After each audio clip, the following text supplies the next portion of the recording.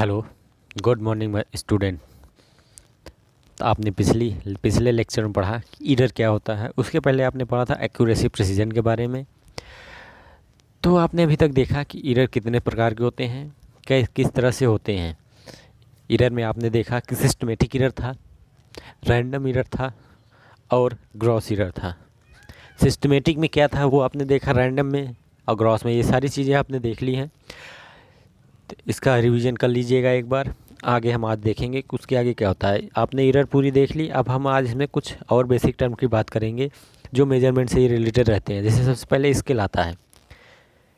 Scale के बारे में आप लोगों को पता होगा, सबको।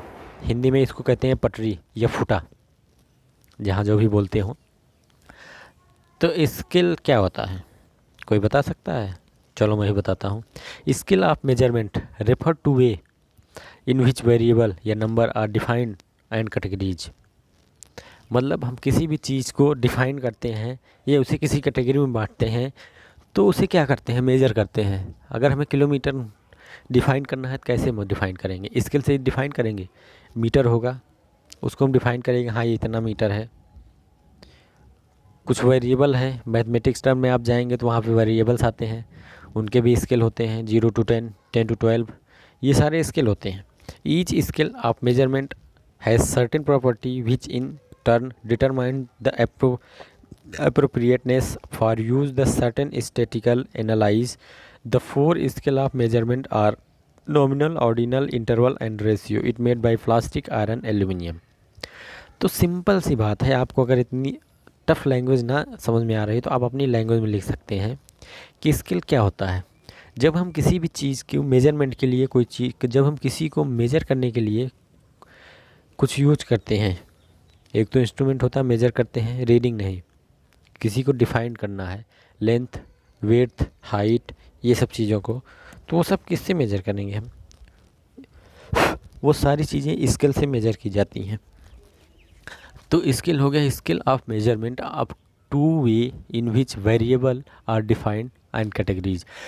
मतलब वेरिएबल जो होते हैं उनको, और जो कैटेगरीज होते हैं उन सबको जब हम डिफ़ाइन करते हैं, उन्हें अलग अलग कैटेगरी में रखते हैं। कोई मीटर, कोई किलोमीटर, कोई डेसीमीटर, कोई लीटर, तो वो चीज़ें आपकी स्केल कहलाती हैं। तो स्केल किस किस चीज़ का बना होता है? ये प्लास्टिक, आयरन, एल्यूमिनियम या एक्सेट्रा आदि मटेरियलों का बना होता है। स्केल रेंज, स्केल के बाद स्केल रेंज आती है। परास बिंदु, स्केल द्वारा परास होता है। Scale range, it is defined as the difference between the largest and the smallest reading of the instrument. जब किसी इंस्ट्रूमेंट की सबसे बड़ी यूनिट या सबसे छोटी यूनिट मेजर करते हैं या उसके मिड में मेजर करते हैं, तो वो स्केल रेंज कहलाता है। 0 to 10 हम स्केल देखते हैं। सबसे छोटी स्केल, छोटी पटरी क्या होती है? 0 से 15 सेंटीमीटर, फिर 30 सेंटीमीटर, कोई 30 फुट की आती है, कोई 50 मीटर की होती है। तो वो सारी चीज़ क्या होती है? स्केल रेंज होती है। 0 to 50, 0 to 20, 0 to 25, वो स्केल रेंज कहलाती है। मतलब difference between largest and smallest reading of the instrument. And then repeatability, scale scale range ये समझ में आ गया होगा। अब हम बात करते हैं repeatability. Repeatability is defined as the closeness of agreement between independent test result obtained with the same method on the same test material in the same laboratory by the same operator by using the same equipment with short interval of time. हर चीज़ same है। Repeatability क्या करेंगे? Define करेंगे closeness of agreement between independent test result. जो हमारा independent test result होता है, मतलब हम कोई भी इंस्ट्रूमेंट मेजर करते हैं, उसका रिज़ल्ट निकालते हैं, उसकी रीडिंग निकालते हैं, तो क्या होता है? एक तो कुछ रीडिंग डिफाइंड होती है, इंडिपेंडेंट होती है, तो वो आनी है। ऑब्टेन विद सेम मेथड, जब हम रिपीटेबिलिटी में, जब हम किसी भी इंस्ट्रूमेंट से रीडिंग निकालते हैं तो उस मेथड सेम होगा, मटेरियल हमारा वही होगा, लेबोरेटरी वही होगी, ऑपरेटर वही होंगे। जैसे आप मेजर कर रहे हैं, आप लैब में, आप लैब में हैं, लेबोरेटरीज़ में, आपको कहा जाए करंट मेजर करिए। मल्टीमीटर आपने लिया है, करंट आप मेजर कर रहे हैं, मटेरियल आपका वही है और मेथड आपका सेम है। तो वो चीज़ आपने एक बार मेजर किया, फिर से दोबारा मेजर किया, उसके बाद फिर से आपने एक बार मेजर किया, मतलब शॉर्ट इंटरवल, कुछ टाइम पीरियड के साथ साथ आप मेजर कर रहे हैं। अभी मेजर किया, 2 मिनट बाद फिर आप मेजर कर रहे हैं, 5 मिनट बाद फिर कर रहे हैं, फिर 5 मिनट बाद कर रहे हैं। तो वो क्या होता है, अलग अलग टाइम पीरियड पे आपने मेजर किया। जब सारी चीज़ें सेम है तो सिंपल सी बात है, तो रीडिंग आपकी रिपीट होगी। Again and again and again आपकी रीडिंग वही आएगी, जब तक आप उस पर लोड नहीं बढ़ाएंगे या लोड कम नहीं करेंगे। तो रिपीटबिलिटी आपको समझ में आ गया, नाम से भी समझ, रिपीटबिलिटी। जब कोई चीज़ बार बार रिपीट करे, दोबारा दोहराए, जैसे आप किसी चीज़ को बार बार दोहराएं, जैसे आप हैं घर पे हैं, आप अपनी मॉम से कह रहे हैं, मम्मी से, कि मुझे मार्केट जाना है, वो एक बार मना कर दी, नहीं नहीं जाना है। कुछ देर बाद आप फिर रिवाइज करते हैं, हमें जाना है, फिर से मना हो गया, आपने फिर कहा जाना है, फिर से मना हो गया। तो ये आपकी क्या हुई, रिपीटबिलिटी हुई। आप इसको बार बार कह रहे हैं, एक बार, 2 बार, 3 बार, 4 बार, आप बार बार मना कर रहे हैं, तो वही चीज़ है आपकी रिपीटबिलिटी। जब आप किसी भी सेम चीज़ से आप उसमें बार बार अपनी मम्मी से, माँ से ही कह रहे हैं, तो उसी तरह जब सेम इंस्ट्रूमेंट हो, सेम ऑपरेटर हो, सेम लाइब्रेरी हो, सेम मटेरियल हो, सेम बंदा हो, तुम ही हो, उसको बार सब कुछ सेम हो, बस रीडिंग का टाइम पीरियड चेंज हो। आप 2 बजे लिए, 2:02 पे लिए, 2:10 पे लिए, 2:15 पे लिए, तो वो क्या कहलाएगी, रिपीटेबिलिटी कहलाएगी। और जो आपकी रीडिंग आएगी वो क्या होगी, क्लोज होगी। क्यों, क्योंकि लोड चेंज हो नहीं रहा है, लोड आपका वही है। तो वो क्या कहलाता है, वो रिपीटेबिलिटी कहलाता है। तो किसी भी चीज़ को जब बार बार हम मेजर करते हैं, सेम इंस्ट्रूमेंट से, सेम मटेरियल से, सेम लोकेशन पे और सेम पर्सन के द्वारा मेजर किया जाता है, तो वो रिपीटेबिलिटी कहलाता है। ठीक, अब हम बात करेंगे सेंसिटिविटी। सेंसिटिविटी क्या होती है, सेंस, आपको नाम से ही समझ लीजिए, सेंसिटिविटी। किसी भी मटेरियल की, किसी भी इंस्ट्रूमेंट की एक सेंसिटिविटी होती है। आप हैं, आपका भी एक आपकी भी कुछ सेंसिटिविटी होगी, कि आपको कोई एक थप्पड़ मारे, आप सह लेंगे, हाँ चलो ठीक है जाने दो। 2 मार दिया तब भी चलो ठीक है जाने दो। तीसरा मार दिया तो आप उसे पीटना शुरू कर देते, यहाँ पे आपकी सेंसिटिविटी ख़त्म हो गई। सेंसिटिविटी तब तक थी जब तक आप सह रहे थे, जहाँ तक आपके सहने की क्षमता थी। हाँ, हम 2 थप्पड़ तक सह सकते हैं, उसके बाद नहीं सह सकते हैं। तो जो 2 थप्पड़ है वो आपकी सेंसिटिविटी हुई, कि आप किसी चीज़ को कब तक सहन कर सकते हैं, कब तक बर्दाश्त कर सकते हैं, उसके बाद आप ब्लास्ट हो जाएंगे। तो वो चीज़ सेंसिटिविटी कहलाती है। Sensitivity is an absolute quantity, the smallest absolute amount of change that can detect by the measurement.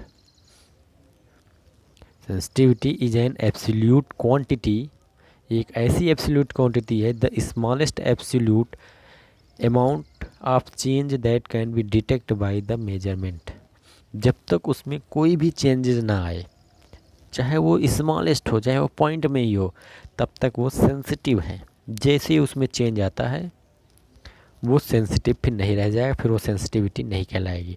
तो सेंसिटिविटी सिंपल डेफिनेशन है, sensitivity is an absolute quantity, the smallest absolute amount of change that can be detect by measurement. And then least count. Least count क्या होता है, the smallest value that can be measured by the measuring instrument is called least count. मतलब किसी भी instrument का, किसी भी measuring instrument का सबसे छोटा पॉइंट, सबसे छोटा पॉइंट जो मेजर करने की क्षमता है, वही लीस्ट कहलाता है। नाम है least point. Least, least, last, big, medium, सारे अलग अलग टर्म होते हैं। तो हम बात कर रहे हैं लीस्ट, छोटे से छोटा। लिस्ट यही होता है ना, स्मॉल होता है छोटा, स्मॉल के बाद लिस्ट आता, मतलब उससे भी छोटा, एकदम छोटा। तो the smallest value that can be measured by the measuring instrument is called least count. मतलब जो सबसे छोटा, जो सबसे कम वैल्यू हो, वही लीस्ट काउंट कहलाती है मेजरिंग इंस्ट्रूमेंट की। अगर आप नापना शुरू कर रहे हैं, लैब में कभी भी आप जाएंगे देखेंगे, अमीटर नापते हैं 0 to 10 एम्पियर रहता है, तो उसमें जो 0 वोल्ट है वो लीस्ट काउंट होगा। Measured value are good only up to this value. तो एक वर्नियर कैलिपर्स है, उसकी लीस्ट वैल्यू क्या हो जाएगी, 0.1 mm हो सकती है, 0.01 mm हो सकती है। माइक्रोमीटर की बाई वर्नियर कैलिपर्स की लीस्ट काउंट 0.1 होती है और आपकी माइक्रोमीटर की 0.01 mm होती है। स्टेबिलिटी बेसिक का लास्ट टॉपिक है आपका ये स्टेबिलिटी। आपके एक्यूरेसी, प्रिसीजन, रिजोल्यूशन, रेंज, उसके बाद scale, error and the last topic stability. Stability के बाद आपका ये चैप्टर ख़त्म हो जाएगा। तो स्टेबिलिटी क्या होती है? 1/, सेंसिटिविटी। सेंसिटिविटी के जब डायरेक्टली प्रोपोर्शनल कर देंगे तो वो स्टेबिलिटी कहलाती है। मतलब जब तक आप किसी चीज़ को सह रहे हैं और जहाँ पे आपका चेंज जाता है वहाँ तक तो आपकी सेंसिटिविटी हो जाएगी। जब वो अपोजिट हो जाएगा, सेंसिटिविटी का जस्ट अपोजिट होगा, तो वो आपकी स्टेबिलिटी कहलाता है। मतलब कोई सी पॉइंट पे आकर स्टेबल हो जाना या रुक जाना, वो स्टेबिलिटी होती है। जैसे आप कोई भी वैल्यू मेजर कर रहे हैं, अगर वो 5 पे आके रुक गया, भाई 5 एम्पियर पहुंचा, 5 एम्पियर के बाद वो आगे नहीं बढ़ रहा है, उसी 5 एम्पियर पे रुका हुआ है, तो वो आपका स्टेबल कहलाएगा। मतलब एक स्टेबल काउंट हो गया, तो वो आपकी स्टेबिलिटी कहलाएगी कि this is the stable point of this instrument. तो वो आपकी स्टेबिलिटी होती है। तो स्टेबिलिटी क्या हो गई? 1/, सेंसिटिविटी। तो आपने इस लेक्चर में देखा है कि स्केल क्या होता है, स्केल रेंज क्या होता है, रिपीटेबिलिटी क्या होती है, सेंसिटिविटी क्या होती है, लिस्ट काउंट क्या होता है और फाइनल स्टेबिलिटी क्या होती है। तो ये चीज़ें आपको समझ में आ गई होंगी। अगर आपको नहीं समझ में आई हैं तो आप हमें कमेंट में लिख के डाल सकते हैं कि जो भी चीज़ें समझ में ना आई हो मैं उसको दोबारा समझा दूंगा नेक्स्ट लेक्चर में। जब भी नेक्स्ट लेक्चर लूँगा तो उसमें वो चीज़ें मैं रिपीट कर दूंगा जो चीज़ें आपको समझ में ना आई हो। तो अगर नहीं समझ में आई हैं तो बता देना ज़रूर। समझ में आ गई हैं तब तो बहुत अच्छी बात है। चलिए ठीक है, तो आज के लिए इतना ही। Thank you.